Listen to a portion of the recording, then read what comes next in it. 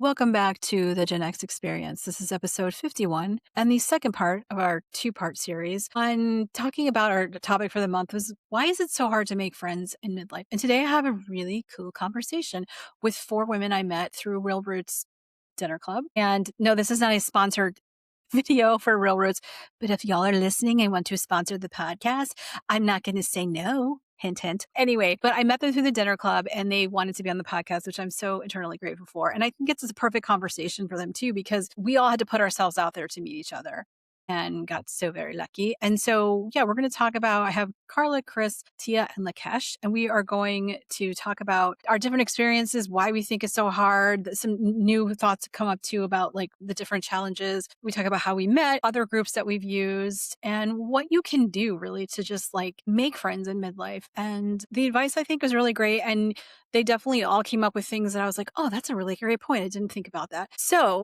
enough of my blabbering. Let's get into my conversation with Karla, Lekesh, Tia, and Krys. Hello, my fellow Gen Xers. This is Editing Blythe. If you're watching, you're like, oh, different hair, no makeup, etc. Anyway, we have a little bit of a technical difficulty that occurs at about the 15 to 16 minute mark. So unfortunately, we lost Karla's video audio at this moment. I'm not sure what happened. I know she was having technical difficulties getting on, but I think what might have happened is my fault that I forgot to tell everybody when we're done recording, wait like a minute to make sure everybody's uploaded, because I think the rest of her audio video may not have made it onto the server for Riverside, the platform that I use. So I think we lost her, and I apologize because she had a lot of good things to say. So I'm sorry, Karla, and I'm sorry to the rest of you. I've only had this happen once before. I mean, this is the first time I've had this many guests. So going forward, I will again make sure to remind my guests before we start recording to like not click off until I tell you everything is uploaded. So I apologize for that, but we still have the rest of the interview with Lekesh, Tia, and Krys. And yeah, that's all I got from Editing Blythe. Okay, as I mentioned in the intro, I have four lovely Gen X women on the podcast with me today that I all met through the same group, Real Roots. This is not a plug for Real Roots, but we will be talking about that. But we're going to talk about making friendships in midlife and why it's so challenging and our thoughts on that. So before we get into the conversation, I'm going to go, I want to say around the room, but if you're not watching this, you're like, what are you talking about? But that's what we're doing. We're going around the video room. Imagine a Zoom call, and I'll have each person introduce themselves and say whatever they like to about themselves or whatever they don't want to say about themselves. So I will start with you, Krys. The floor is yours. So my name is Krys, and I'm in my 50s. I won't tell you what number specifically, but I am married. I have two grown children living in different parts of the United States. And I'm a Michiganian that moved to Atlanta about 2.5 years ago. And I do still work full time, but I do work remotely. And I think for now, that's probably. Karla, you want to go next? I'm Karla. I am just turned 60, and I've been in Atlanta since 1994, originally from the Washington, D.C. area. So I've been through a lot of these versions of different friends and friendships in Atlanta for a long time. I am still also working full time, and I am single. All right. Tia, you're up. Hi, Tia. I am in my 50s as well.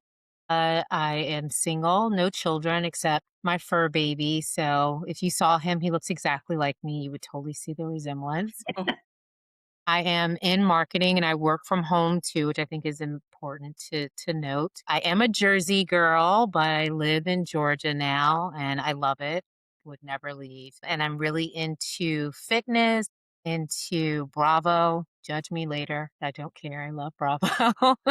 And going out, hanging out with friends over dinner. And Lekesh, you're up. Hi, my name is Lekesh. I am 47 and I have one son. He is an adult child.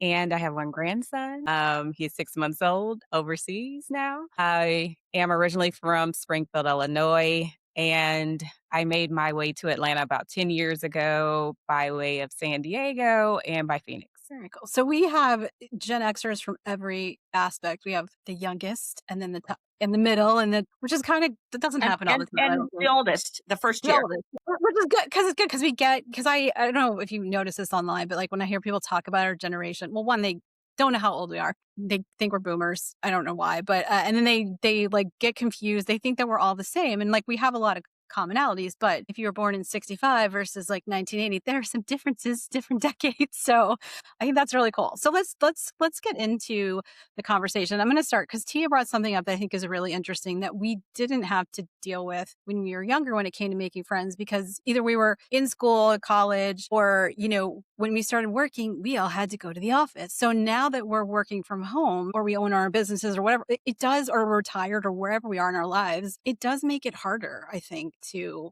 um, do you think it's because we're stuck at home and we don't want to leave our home, or we just don't have the opportunities, or it takes more effort? What are your all's thoughts on that? I think the fact that if you do work from home just is a factor to begin with. It wouldn't even matter what generation you were from. And even, a few Gen Zs that I have on my team, they want to come in the office to connect with people. So I think, most of us work at a minimum 40 hours a week, if not more. And you're spending your time looking at a screen like we're doing now, and then you disconnect. And reality is that it's either your pet, if you have one, or your spouse, or no one. When that environment is all that you know, it makes it very easy, some ways good, some ways bad, to be self reliant when it comes to your entertainment or fulfillment. And I Very true. And it is go ahead.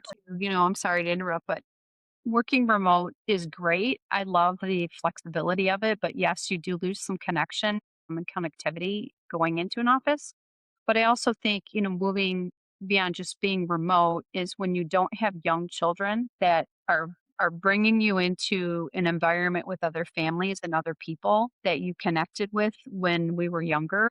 And then in my case, living out of state where most of my family and friends are, my children in other states, it's difficult to meet people. Like other than like maybe a church, where else would you literally meet someone if you work remote and you don't have young children? So it is very challenging that way. And I think too, as we get older or advance in our careers to different levels, when you're in your 20s, you are buddies with every other 20-year-old in your office, right? And then as you move up, now you've got to have a different responsibility and a different presentation in your work. So like the people that I hang out with outside of work that are from work are very limited versus being these big groups where you're going out to these things, events. So you do have to make much more of a conscious effort to figure out how to make friends outside of the work environment. Very I true. agree with that. And I think for myself, I work from home as well, and I have a company on the side. And it's the amount of time that we give to work, or that I personally give to work, and I'm not intentional a lot of times about making time outside of those hours to make friends or go out and build community. So that's one of my big issues is making the time. I think our generation is very driven career-wise, and so it's hard for us to turn that off sometimes. Yes. Yeah. And then, if you are, whether you're single or married, like you also have the outside responsibilities of doing all the things that adulting requires, and it's exhausting. And then I also notice, because I've lived in Chicago and New York, is when you live in cities where public transportation is just so much more readily accessible, or you just walk out your door, it's easier to put the effort in. But here in Atlanta, you're like, God, I got to get in my car. And where am I driving? And what's the traffic going to be? And then as you get older, you're like, okay, do I really want to get in my car and do all that?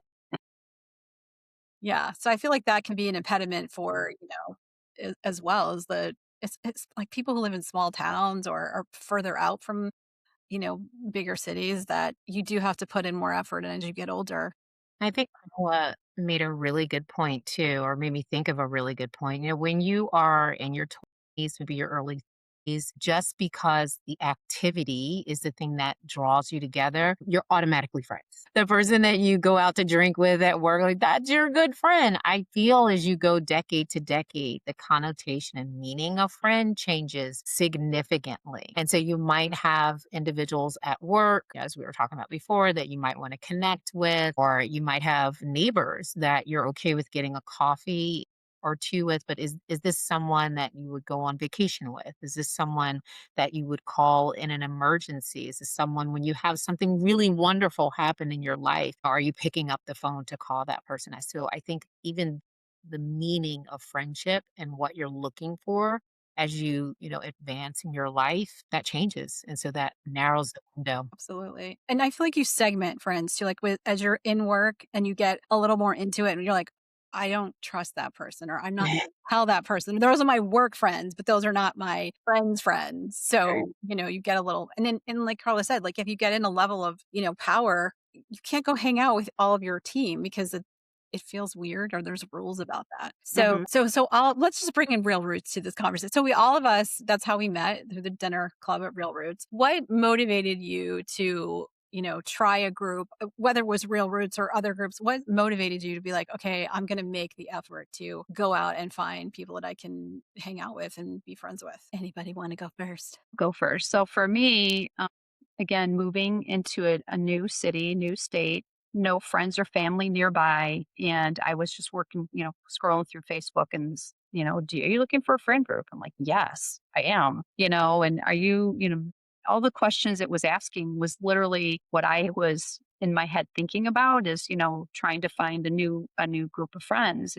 Is again, we talked, it's hard when you work remote and your family's not near you and you just don't have a connection. And I really wanted that. And so for me, I thought, okay, I'm going to give it a try. What's the worst that could happen?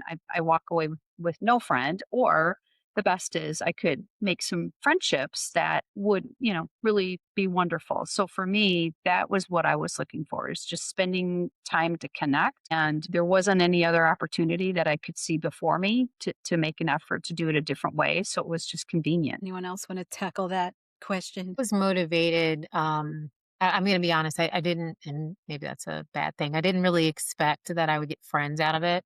I was motivated, kind of like what Lakesh was saying, like just having a full-time job, some side hustles and things like that. All I was doing was working. Working and volunteering. That's all I was doing. And I was like, you need to start living life. And so I was attracted to it, to just find like-minded individuals. That even if I only had that one day a week where I detached from responsibilities and just connected with like-minded people, had a great meal, had some laughs, a couple drinks, wonderful. That was kind of the whole of my expectation when I initially joined.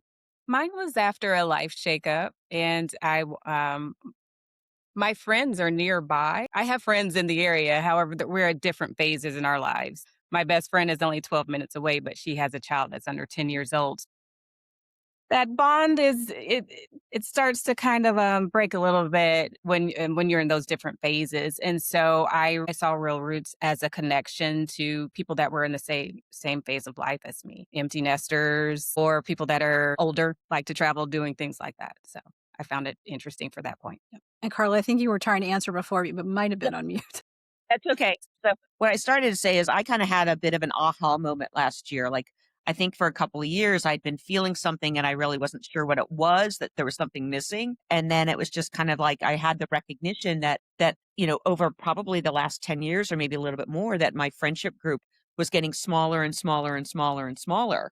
And I was down to just kind of a handful of people that I felt like I could just call up and go, "Hey, you busy? Are you available for dinner tonight?" And that's when I was like, well, wait, there's definitely something that's missing. And that's where I'm like, okay, I need to make a concerted effort to start making new friends and doing things that are more social. And that's where I came across Real Roots came up, and I've done, I took pickleball lessons last fall. So trying to get more involved in that. So just trying to, and then I signed up for dinner club to meet more people.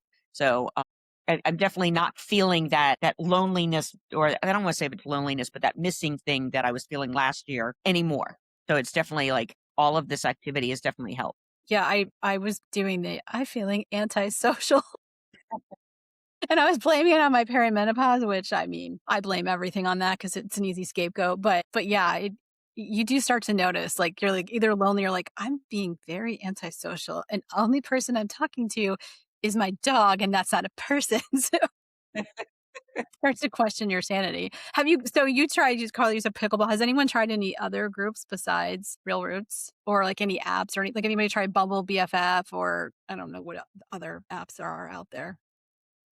I did dinner with strangers, How is that? which It was fun, actually. I mean, I did it twice, and I met someone who I continue to hang out with. I kind of liked that format as well because it was I love going out to dinner. So it was that dinner, meeting new people. But what I learned was a little bit of a challenge for me, although I think it's still great and I'll continue to do it, is, if the dinner didn't go well, you don't have to worry about meeting those same people next week and feeling like you kind of like didn't finish the process. If you connect with a person or two, that particular app allows you to go person by person and say, did you have a connection? It's almost like a dating app in a sense. And if you say you had a connection with, say, I had a connection with Blythe, they'll message you.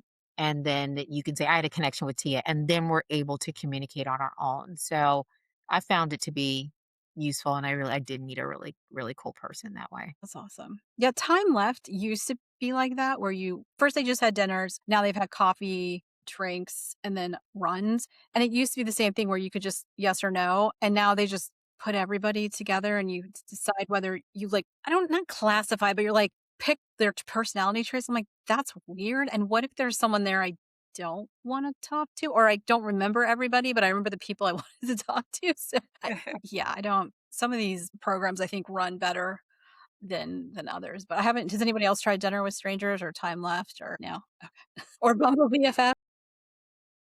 They usually have like the community events, but it's a lot. It's usually a very large group and it's hard to connect with people. Yeah. Well, and I also find it interesting to go to things sometimes and then people will be like, yes, and then we're matching or yeah, and then you message them and it's like crickets or Right.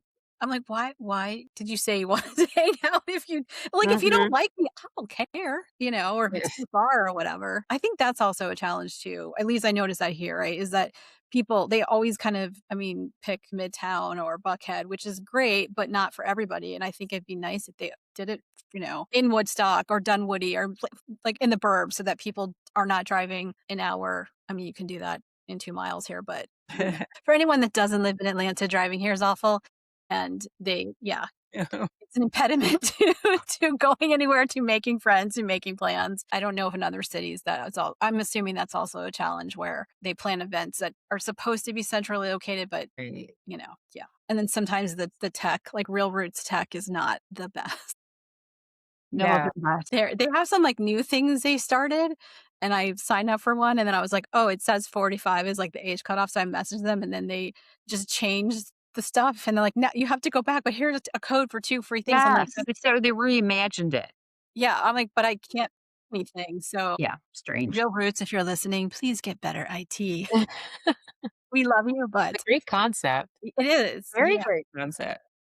I've enjoyed it. Well, speaking of, that's another great point. I think a lot of people forget when they talk about not just Gen X, it could also be, millennials as well, not necessarily boomers, but we are at different stages of our life. Like there are people that are in their 40s and 50s with younger kids. There are people that their kids are grown.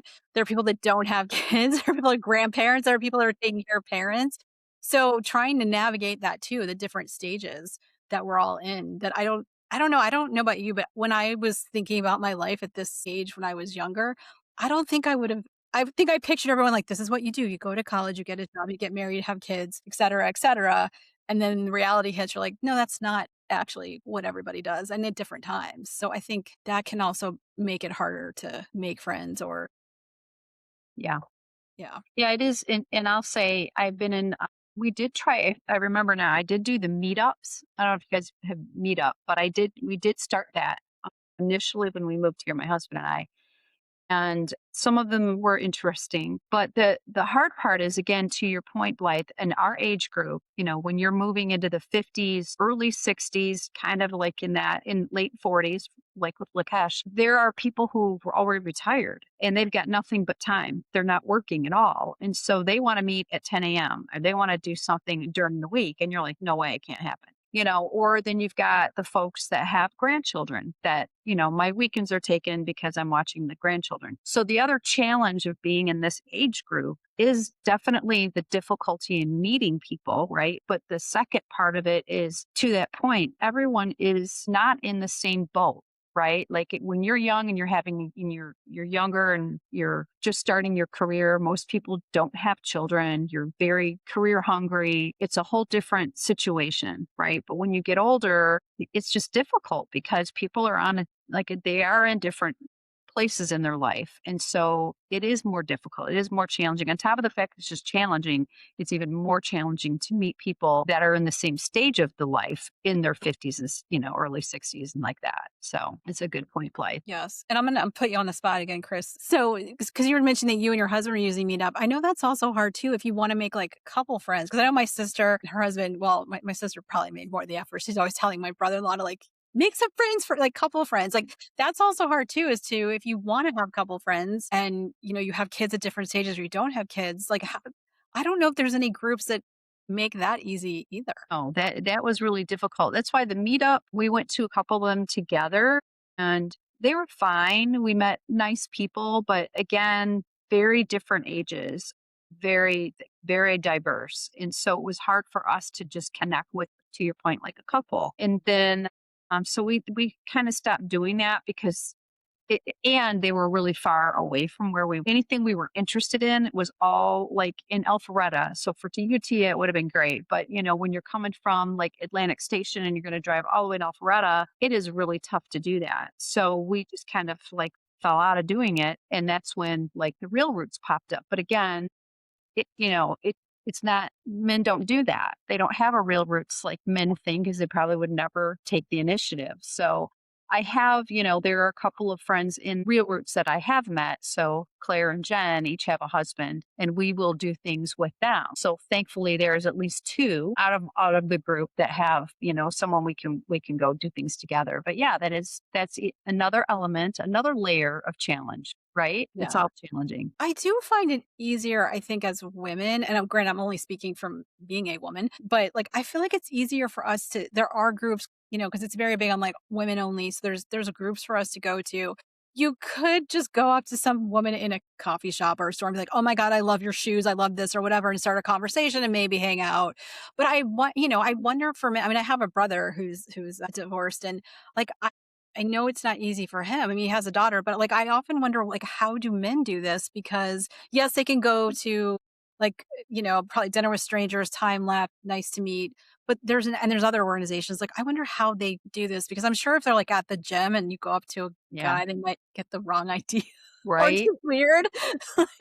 Was into hobby clubs, so Porsche Club or more things like that, but I don't see those types of options for women.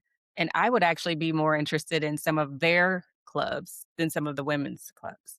I like to drive. No, that's a really good point too. It's like, yeah, it's not yeah, it some clubs just make it exclusively for women, exclusively for men, and it's like people have different interests, especially as Gen X. Our interests are all over the place. So, yeah. I mean, at least I wonder too, like if there wasn't technology, like what would we all be doing?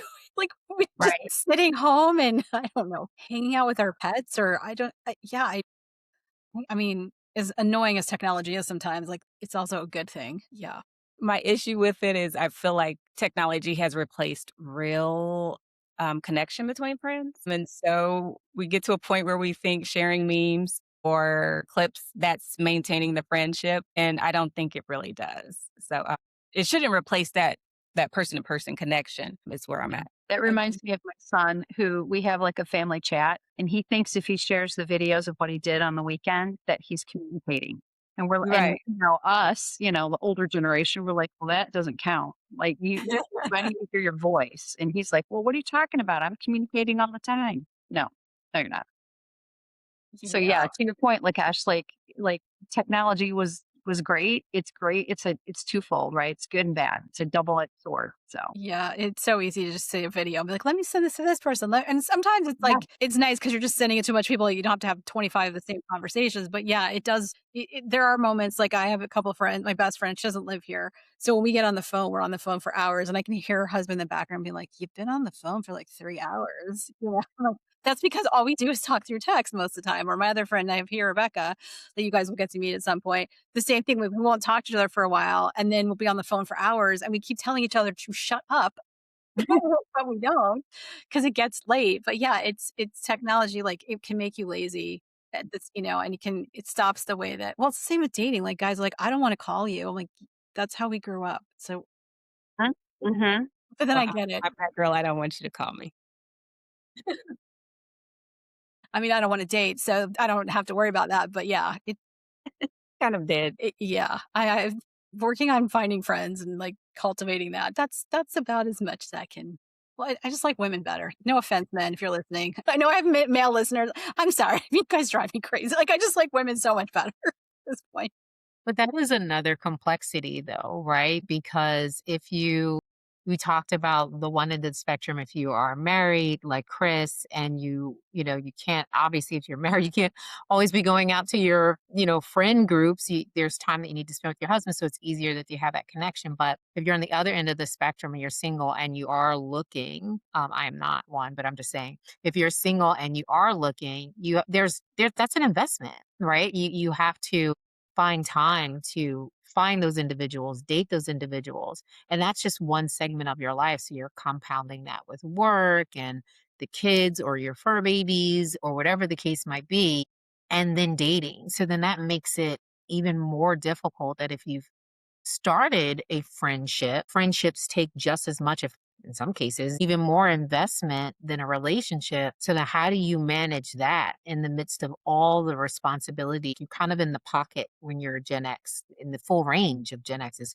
We're in the pocket, right? Our time is split on so many different levels that, friendships sometimes fall to the wayside. I kind of freak out sometimes when I miss our, dinners or whatever. Cause I'm like, not joking when I say, guys, don't kick me out of the group because I know the more you miss those connections, something happens, when you get together in person. If you keep missing that, Blythe and Lekesh might start to make a stronger, then I come into and I'm missing the inside jokes so it's a challenge. It's a challenge when, we're in this interesting phase of life where either married or dating or whatever just makes friendships so much more difficult. And on Yeah. top of that, the other layer that we're starting to all feel is aging parents. So Yeah. caring for your elderly parent. And now you've got that pulling on you as well, right? Like taking care of their finances and doctor's appointments and, all of that on top of it. So you may not have kids, but your aging parents, you're really not going to meet a friend group through your aging parent. Like when you had young children, or at least in that scenario, you could go into their school and you meet people in the same boat. You don't really, I mean, unless you're at the assisted living of other people that have aging parents, but it's again another pull on your time. Yeah, I'm actually helping my mother build her friend group back up. So when she has clubs and whatnot, she doesn't really drive on the highway. I'm driving her to her event. That takes up half my Saturday because I have to sit there and wait for her. So even outside of just caring for them physically, if they're in the same situation you are trying to build up their friend group and you're their transportation, Yeah, there goes your time. it's another factor. They really should have groups like, or, I mean, it doesn't have to be in person, but it could be online, which I know that, but because when there are so many people going through, you guys know I've lost both my parents, but when I was going through that 5-year period, it was it's really hard. And sometimes you could use people that are going through the same thing, just to get some support or like, information or someone to complain about and be like, oh my God, this happened or this doctor or this parent or whatever. I'm surprised. There probably are some support groups somewhere, but they should probably put those in, like take your parent to their event and stay for your own little, Yeah. Exactly. That would yeah. be fun to think about. And I'm going to throw aging ourselves on top of the aging parents. Sometimes I just don't feel like it. I may have forgotten. Yes, yes.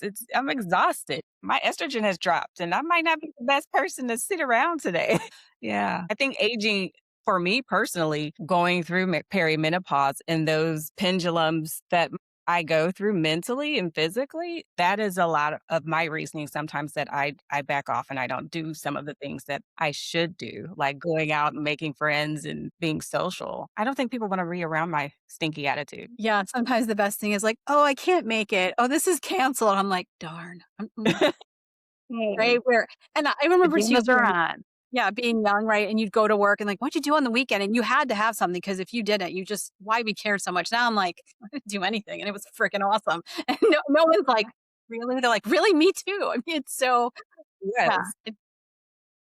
And then also sometimes you think, we're like, okay, if I do something on Saturday and Sunday, then I'm going to be tired on Monday. So Yes. yeah, nobody prepares us for this time. Not that we would listen anyways. Would anybody in their 20s or 30s be like, "Let me hear your sage advice about being in your 40s and 50s?" No, we'd be like, You wouldn't see it that way. "No." You'd have no concept of that. You have the sense that the friends that you have in your 20s are the friends you're gonna have forever, and if you're fortunate enough that that's the case, um, not to say like a sad story, but, my best friend from my 20s passed away a few years ago, and so who would have ever expected that? Like, I would have never expected that. We were supposed to be like, the old ladies with the big hats, after her Right, kids went right. to college and whatever, and being on cruise ships all the time. And so that's another factor because we are in an age range where you don't expect it, but friends pass away and they take your history with you. You like it's like almost like a marriage getting a divorce. Like you're starting all over. There's not that person that knew you, when you were in your 20s and made really stupid mistakes and can go back and share those stories. And so that quality that is in that relationship, when you're seeking new relationships, you look for it. It doesn't come instantly. So that's another factor, as Gen X, we deal with it. You would never think about, No. prior to this age range. Yeah, because you can lose friends, they can get sick and pass away or something. Or through a divorce, that you sometimes you're like, "Okay, so I lost that friend because of whatever the situation is."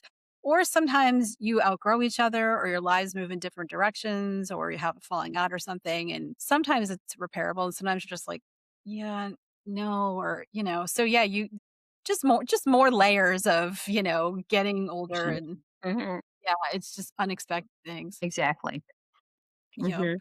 Yeah. Mhm. Yeah, and that can keep going too as we get older. I mean, I have, relatives who are, obviously much older, they're 80s or 90s. And, a lot of times they're not seeing people because they can't leave their home or they don't have the transportation or they're not well enough. And it's like, okay, this is so much fun to look forward to, so you kind of have to like, yeah, figure stuff. And then people move to the villages and they have a better social life than probably 20-year-olds do at this point. Things going on there. I'm like, my dad lived there for a brief time and the conversations we had to have with him, just like this. I remember I was in New Jersey once. I was for like a job interview. And I was sitting at the hotel restaurant and the people were talking about the villages. And I'm like, okay, the fact that I'm in New Jersey and there's some very strange conversations going on about some people doing some things. You're just like, okay, this place is legendary. They should. Well, I think there is a documentary, but I mean, yeah. So I don't know. Maybe when we're in our 80s and whatever, we'll be having this Bring is it. more fun than now, or we'll be like back in our in our 20s making just as many bad decisions as and hopefully not remembering them either. So we're getting close to like wrapping it up. Is there any if you could give advice to anyone that's listening who's like, I kind of want to make friends, I don't know, what would you say to them that would be like a first step or what you recommend or any thoughts? Who wants to go first? Maybe step outside your comfort zone like you're going to have to. And, sometimes it's hard to learn new people. Like it's hard. Like we had a big friend group in Michigan and all our kids grew up together and stuff, and they're like family. Right. And then now I have to make new friends and it's hard. Right. Because you're like, okay, I got to remember things to talk about and I gotta, be on my best behavior and what all that stuff, right? It's hard to like put yourself out there and meet a group of people you've never met. But you're not gonna make any kind of a friendship unless you put yourself out there and be outside of that comfort zone and go do things that you wouldn't normally do to just be able to try it and meet new people. Yes, absolutely. Lakesh, Tia, do you have anything you'd like to add to that? Mine is keeping an open mind to the different people that you meet. And I've made a lot of friends just by making sure that people know that I see them, acknowledge them, smile at them, and people are drawn to that. I love that. I would say something that we didn't do when we were younger and probably should do more now in friendships because we do it in every other area. Just be your authentic self. It's okay. You're not going to click with everyone. You spent decades trying to know yourself and love yourself and accept yourself and you're perfect exactly how you are. So if you are authentic and it doesn't click initially, like everyone else said, keep trying. You'll find those people that connect with you and it'll be more meaningful and a deeper relationship. Yeah, yeah, you have to be open to experimenting and be okay with the fact that yeah, not everyone's going to like you. You're not going to like everyone else. And that's also kind of refreshing because it was exhausting as a kid. Like, like, do they like me? What if they don't like me? Everybody hates me. No, but you overanalyze everything instead of probably being present. We care too much about what everybody thought. And, now I'm like, whatever. Right, try to be whatever. There's still sometimes where I'm like, okay, am I talking too much? Am I not talking much? I'm in my head as an introvert and yeah. So, well, thank you guys. I have one. Well, if you have an answer to this, great. If not, I'll just edit this part out. But I'm trying to start a new thing where we give like little recommendations of things we're loving. It could be Gen X related. It could be just something you're enjoying in your life that you want to share with anyone. So if anyone has any things they'd like to share, now is the time. If not, it's totally cool. I'm enjoying going back and watching 80s movies because I don't think anybody can do it better than 80s movies. Absolutely. Been seeing a lot of, I don't know what you call them, like clubs or bars that are leaning back into vinyl. Mhm. And so you can go up and select your record and put your headphones on and listen. And sometimes they'll play a few songs out. And obviously, most of them are from our generation, and so that's a really cool thing that I'm seeing popping up around our area. That sounds fun. Yeah, I wanna get back into vinyl. I'm thinking about asking for a record player for my birthday, but yeah, vinyl's great. It's just something I was like, "Let's try something new and different," and because I had a few things last time, there's some, like, artists I keep seeing online, and I'm like they're, like, very they're Gen Z, very young, and they love '80s music, and I'm just like, "I love you. This is awesome." And, like, there's one his name is Reat Stimson, if you look him up. He literally is like everything he does is '80s. It'll have, like, a headphone, Walkman on, and he's got, like, That's the funny. and he's got the short shorts on, and he did one thing where it was, like, just triggered a camp memory, which I comment on. I think is he just had, like, very tight jeans on. He turned around and his hair and his earring, and I was like, "My God, it reminded me of this counselor that I had a massive crush with on the one time I went to camp." Don't remember the guy's name, just remember the saxophone earring and the wavy little hair. So, yeah, it was just, like, kinda fun to share. And then have you guys seen before we close, I'll just ask one quick have you seen the Esprit sweatshirts that have come back at Costco? Yes. What is it? Spring. Costco now has the hat for like $17, which was like so much cheaper than they were back in the day. They have a spring sweatshirts, like the white with the rainbow letters, blue. People are going crazy. And then there's like massive debates, but like, well, I didn't have one as a kid because I wasn't rich, or like, that's not for goth kid. Like, it's becoming a whole thing. Some Gen Xers are acting like boomers, Nice.